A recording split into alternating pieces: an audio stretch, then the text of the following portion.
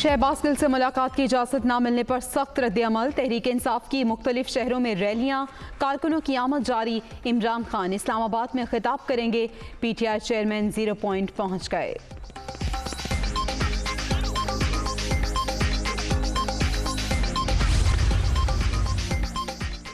चाहूं तो आसानी से इस्लामाबाद बंद कर दूं, सबको पता चल गया, आवाम मेरे साथ हैं। बैकडोर कोई डील नहीं हो रही। आर्मी चीफ की तौसीह से मुतालिक भी कुछ नहीं जानता। शहबाज शरीफ मैसाके मईशत में संजीदा हैं तो अपने भाई की जायदाद पाकिस्तान लाएं। हर रोज़ नई कहानी सुनने को मिलती है। ये चाहे उल्टे भी लटक जाएं, मुझे नाअहल नहीं करा सकते। इमरान खान की गुफ्तगू।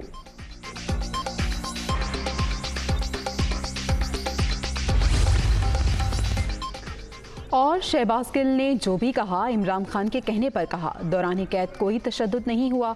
गिरफ्तार PTI रहनुमा कैमरा देखकर ड्रामे करते हैं। चेयरमैन तहरीक इंसाफ भी झूठ बोलने में मसरूफ। असल मकसद कहानी को तब्दील करना है। मरियम औरंगजेब का रद्द-ए-अमल। जिनसी टॉर्चर की बातें प्रोपेगेंडा और वीडियोस जाली करार।